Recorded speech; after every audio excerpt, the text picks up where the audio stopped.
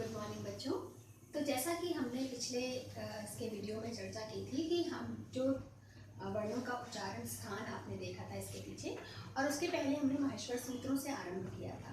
तो माहेश्वर सूत्र और वर्णों का उच्चारण स्थान ये आपको अच्छे से समझ में आ गया। तो अब हमारा जो मुख्य विषय है उस पर हम आ सकते हैं। तो वो है संधि। आपके जो 11th और 12th के सिलेबस में जो संधि है उसमें 11th में स्वर संधि और 12th के उसमें व्यंजन और विसर्ग इन संधियों का उल्लेख है। तो एक बार उसको समझने के लिए संधि जगह अब संधि को आप लगभग छोटी क्लासेस से पढ़ते चले आ रहे हैं, और जो भी चीज़ें आप जानते हैं उसके बारे में उसको एक बार आपको ये हम फिर से ध्यान करा देंगे, और तब हम सूत्र के हिसाब से कैसे उन सूत्रों का क्या मतलब है ये देखेंगे। तो सबसे पहले हम संधि शब्द पर आते हैं। संधि किसे कहते हैं? तो परिभाषा अगर हम संधि की देखें तो आप सब जानते हैं कि दो वर्णों के मेल को संधि कहते हैं। और वर्ण क्या होते हैं? भाषा की सबसे छोटी इकाई वर्ण है। तो और ये वर्ण आपके दो प्रकार के हैं, स्वर और व्यंजन। बेसिकली जो हमारे मुंह से जिसका उच्चारण होता है वो ध्वनियाँ स्वर कहलाती हैं। व्यंजन वो ध्वनियाँ हैं जिनका उच्चारण हम बिना स्वरों के नहीं कर सकते। तो जो मूल स्वर हैं वही आपके मुख से उन्हीं का उच्चारण होगा, और उनकी सहायता से हम अन्य ध्वनियों को, जिनको हम व्यंजन कहते हैं, और अपनी भाषा में अपने भावों को अभिव्यक्त करने के लिए हमें केवल स्वरों से हमारा काम नहीं चलता। इसलिए हमने कुछ प्रतीकों को अपनाया है और वो हैं व्यंजन ध्वनियाँ, और उनको बोलकर बताने के लिए हमें स्वरों की आवश्यकता है। इसीलिए जब आप स्वर और व्यंजन की परिभाषा पढ़ते हैं तो आपको यही बताया जाता है कि वो स्वर वे हैं जिन्हें बोलने के लिए किसी अन्य की सहायता नहीं लेनी पड़ती, और व्यंजन वे ध्वनियाँ हैं जो बिना स्वरों के जिनका प्रयोग हम नहीं कर सकते। तो ये चीज़ आपको क्लियर हो जाए। तो चूंकि वर्ण दो प्रकार की हैं, स्वर और व्यंजन, इसलिए हमारी जो संधि है वो भी कितने प्रकार की होगी? दो प्रकार की, स्वर संधि और व्यंजन संधि। क्योंकि आप संस्कृत व्याकरण पढ़ रहे हैं इसलिए संस्कृत व्याकरण में आपका विसर्ग संधि भी तीसरे प्रकार संधि का है। तो इस तरह से आपको तीन प्रकार हो गए संधि के, स्वर संधि, व्यंजन संधि और विसर्ग संधि। संधि को समझने के पहले आपको वर्ण विच्छेद की जानकारी होना आवश्यक है। यद्यपि मैं समझती हूँ कि आपको ये पता होगा कि कोई भी जो शब्द है वो वर्णों से मिलकर बना होता है, और उन्हीं शब्दों से मिलकर के वाक्य बनता है। वाक्यों से मिलकर के बड़े बड़े जो किताबें हैं, पुस्तकें हैं, ये सब बनते हैं। तो इसमें जो मुख्य चीज़ है, जो सबसे मूल बिंदु है, वो तो वर्ण है। तो जब हम किसी उसको छोटा करते चले जाएंगे, किसी शब्द को लेंगे और उसको हम छोटे छोटे टुकड़ों में बांटेंगे, तो हम देखेंगे कि वो इसमें कितने वर्ण हैं, उनमें वर्णों की संख्या कितनी है। तो वो देखिए, जैसे हमने यहाँ पर लिखा हुआ है जल। अब ऐसे देखने पर आपको ये लग रहा है कि इसमें जा और ला ये दो वर्ण हैं, लेकिन जब हम इनका विच्छेद करेंगे तो वास्तव में इसमें चार वर्ण हैं, जिसमें दो व्यंजन और दो आपके स्वर ध्वनियाँ हैं। तो एक चीज़ आपको यहाँ हम स्पष्ट कर दें कि जो ये व्यंजनों के नीचे हमको इसको लगाना पड़ता है, ये हलंत, इसका जो चिन्ह, इसको हलंत कहते हैं, हलंत का चिन्ह ये बताता है कि ये जो ध्वनि आपकी है ये शुद्ध व्यंजन है, और इसमें किसी भी प्रकार का मिश्रण नहीं है, किसी भी स्वर का मिश्रण नहीं है, ये शुद्ध जा लिखा हुआ है। अगर हम ऐसे लिखेंगे तो इसका मतलब कि ये जा प्लस आ है। तो अगर हम कोई भी इस तरह से आप ले लीजिए, अगर आप ला लिखा है तो ये ला, इसका मतलब है कि ये ला प्लस आ है। तो इस तरह से अगर हम हर शब्द का ध्यान दें, और इसमें हम एक चीज़ और आपको ध्यान दिला दें कि जब हमने स्वर और व्यंजन का परिचय माहेश्वर सूत्रों के माध्यम से प्राप्त किया था, तो आप ध्यान करिए कि ये जो चार सूत्रों के बाद आपका पांचवा सूत्र हैवरट स्टार्ट होता है, हैवर्ट और उसके बाद ये पूरे व्यंजन जो स्टार्ट होते हैं, एक प्रश्न ये उठ सकता है कि आप यहाँ पर जब हमें व्यंजनों की गणना करनी है तो हलंत का निशान इन सब के नीचे क्यों नहीं है। तो इसको हम यहाँ क्लियर कर दें कि यहाँ जो हा, या, व और रा, इन सब के बाद जो आ लगा हुआ है वो केवल उच्चारण की सुविधा के लिए है, ताकि आप इसका उच्चारण कर सकें, क्योंकि बिना स्वरों के व्यंजनों का उच्चारण संभव नहीं है। और जो अंतिम टा है, ये तो आप जान गए कि ये अनुबंध है, इसको केवल इस सूत्र को आकार देने के लिए, प्रत्याहारों की सिद्धि के लिए ही इसको लगाया गया है, इसका अपना कोई विशेष महत्व नहीं है। तो ये चीज आप समझ लीजिए कि यहाँ पर जो ये व्यंजन रखे गए हैं, इनमें जो आ है वो केवल उच्चारण की सुविधा के लिए है, अन्यथा ये आपके शुद्ध व्यंजन है। और कहीं भी इसीलिए जब शुद्ध व्यंजन लिखे जाएंगे तो हमेशा उनके नीचे हलंत का निशान रहेगा, जो ये आपको बताएगा कि इसमें स्वर का मिश्रण नहीं है। अगर इतनी चीजें आपको अब क्लियर हो गई तो हम अब अपने टॉपिक पर आते हैं, और सबसे पहला हमारा टॉपिक है स्वर संधि। तो स्वर संधि में आप देखेंगे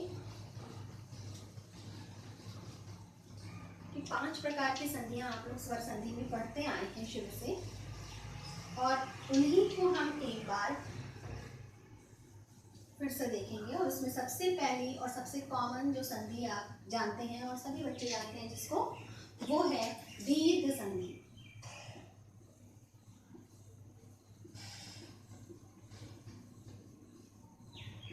दीर्घ संधि से आप सबका परिचय होगा, निश्चित ही आपका परिचय होगा, जैसे विद्याधनालय, विद्यालय, और आपका जो है पुस्तक धनालय, पुस्तकालय, इस तरह से बहुत सारे शब्द हैं जो कि आपके दीर्घ संधि का प्रयोग आप इसमें करते हैं। लेकिन आप इनको संस्कृत व्याकरण में किस प्रकार से सूत्रों में इसको कैसे लिखा गया है, किस प्रकार से इसका वो होता है, उसको हम देखेंगे। तो दीर्घ संधि का जो सूत्र है वो सबसे पहले समझिए। सूत्र है अकह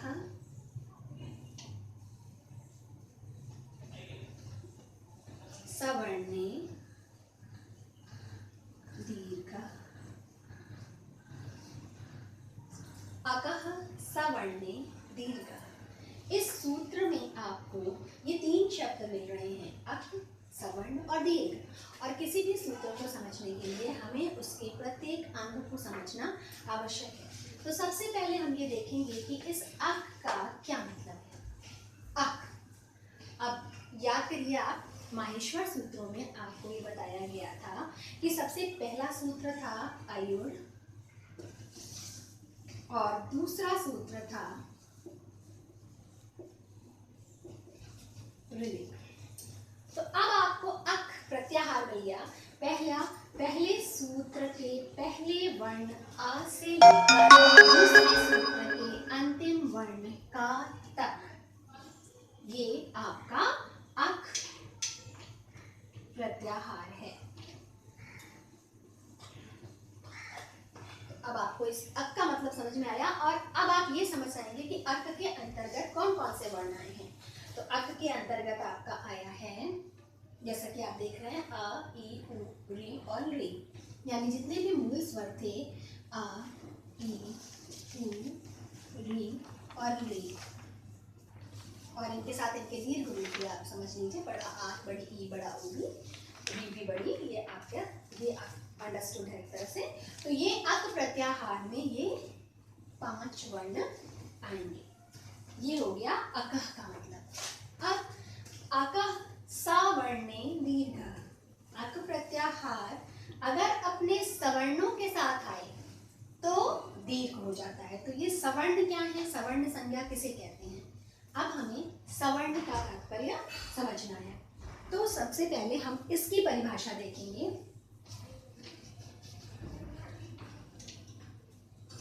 सवर्ण, सवर्ण किसे कहते हैं, ये देखिए, तुल्यास्य प्रयत्नम सवर्णम, तुल्यास्य प्रयत्नम